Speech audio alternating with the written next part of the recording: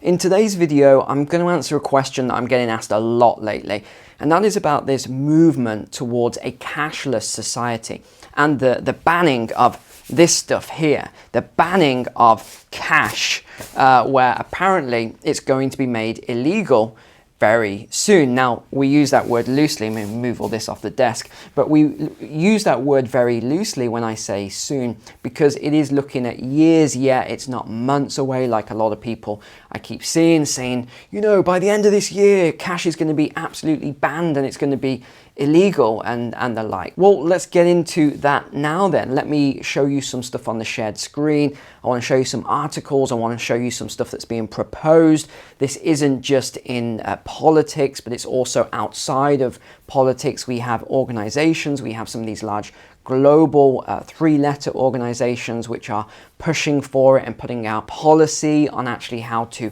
move away from cash and towards these central bank digital currencies, which you've heard a lot.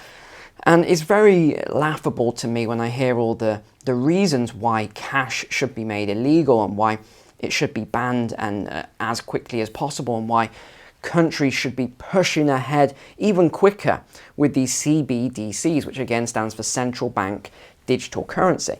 Well, actually, 90% of countries are actually in development of these CBDCs already. So how much faster you can get than 90% in development, with some countries, mainly in the Caribbean, already have published and are live with them, I'm not really sure. But I've listened to a lot of these speeches about it and all these policies and papers, and some of the stuff is crazy. They're saying only criminals these days really use cash. Well, that's ridiculous. Most people who are 60 and older like cash.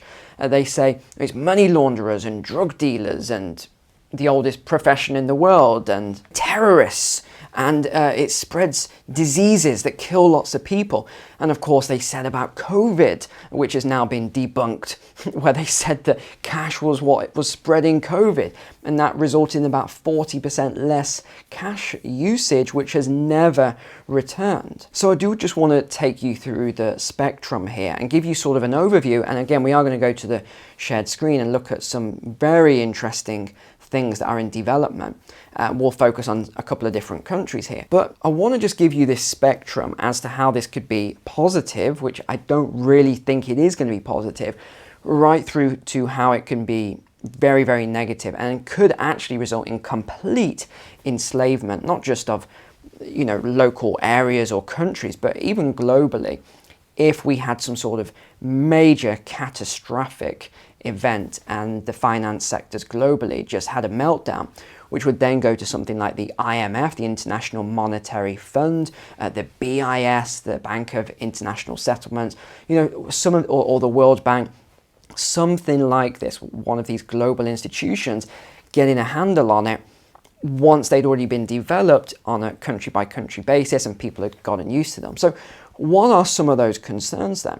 Well, if you think about what happened recently, where, say, the truckers protest in Canada, and how those people, or even some people that donated as little as $10, had their accounts frozen or closed out, well, that's one way that this could be very negative. Because if you think right now, people are able to use cash, and this actually happened to me, as many of you know.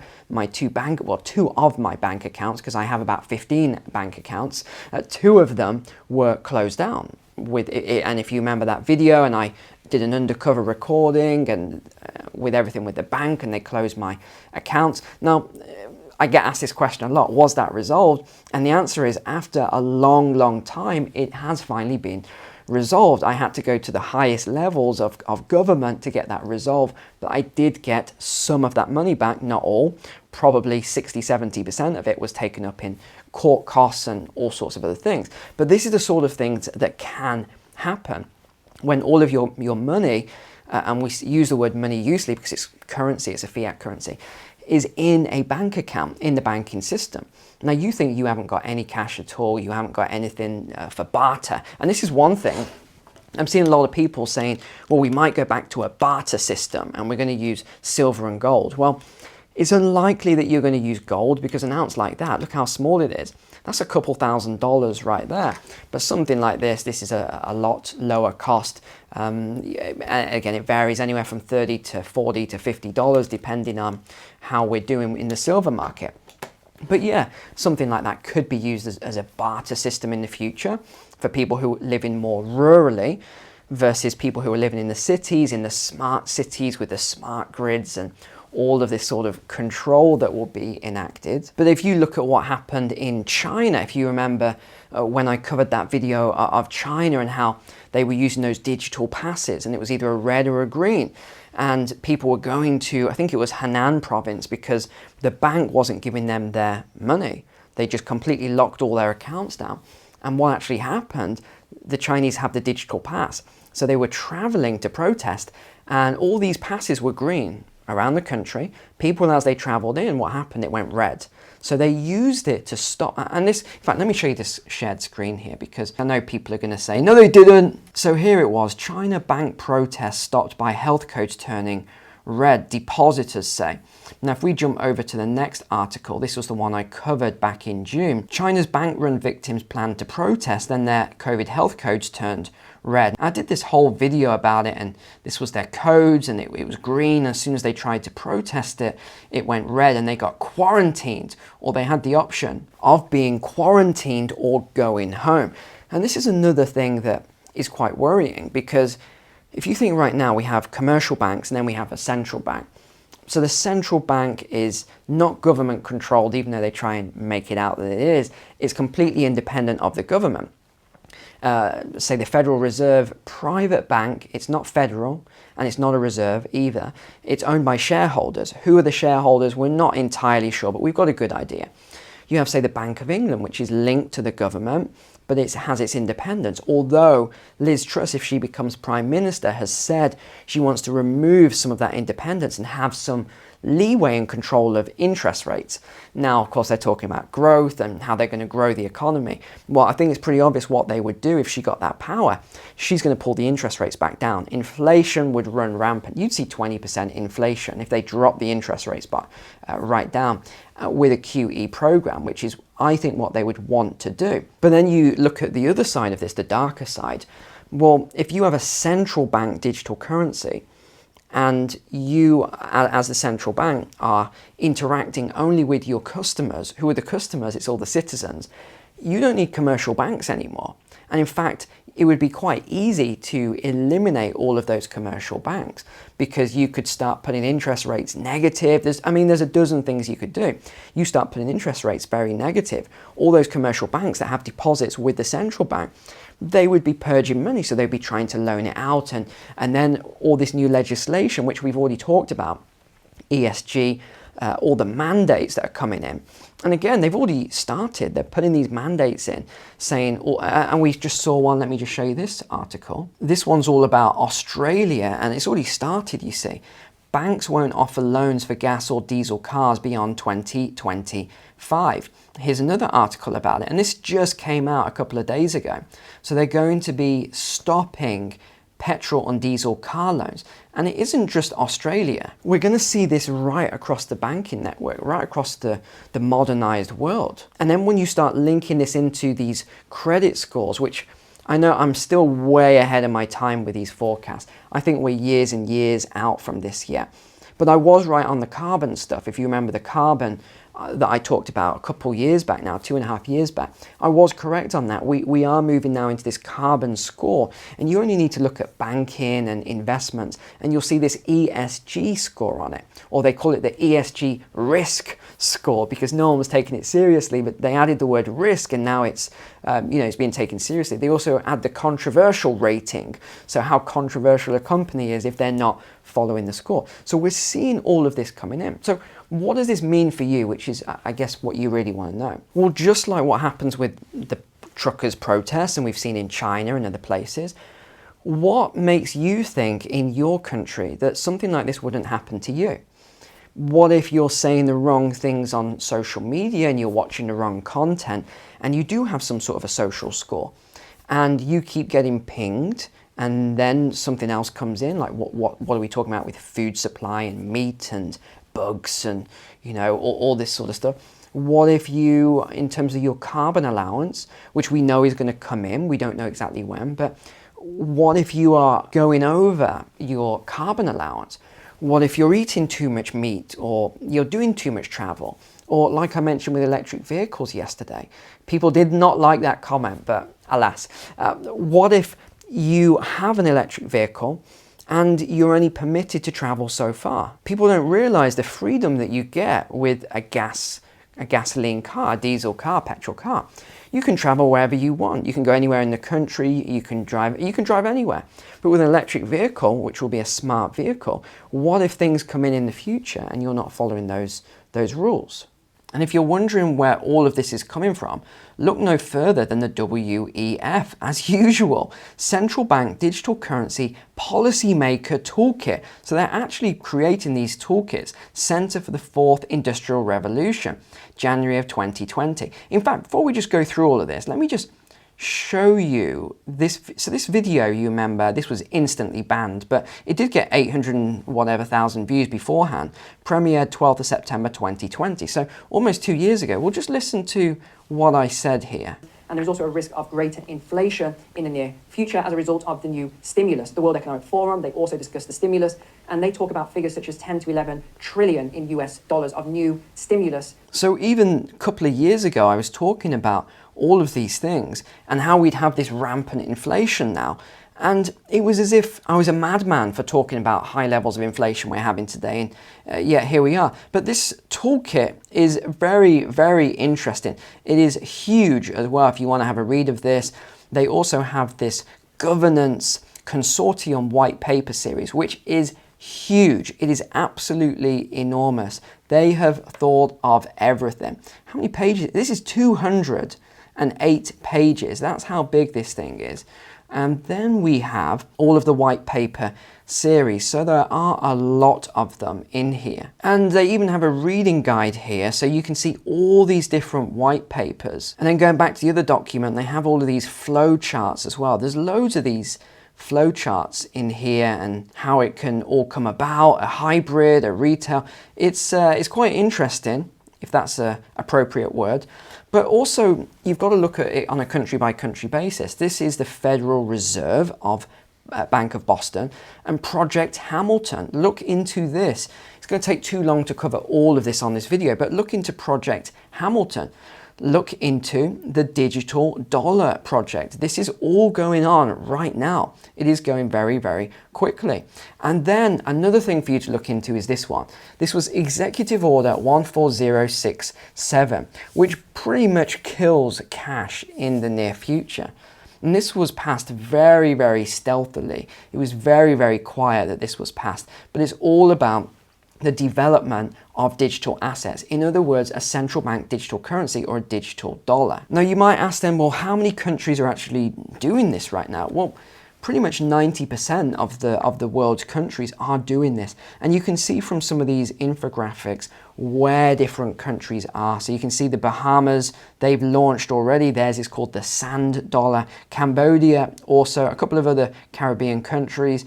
And then implementation phase, you can see how this wave is moving through actually from 1935-32. So it's only a matter of time before all of these launch. And Sweden here is predicted to be cashless by 2030. Now, if you remember what I was talking about with Sweden, that video, oh goodness me, people did not like that. Where I was talking about the chips that all of these young people in Sweden have been putting under their hand. Was it their right? Or I don't even know which hand it was. I think it was their right hand. And then you've got all of the Elon Musk Neuralink inputting chips into the head and all this now. People did not like that video. That was shadow banned very, very quickly for talking about certain correlations there. But we're seeing all this really weird stuff, and I just saw an article the other day, some guy put a chip in his hand or something for his Tesla car and whatever else. We're seeing some pretty weird stuff.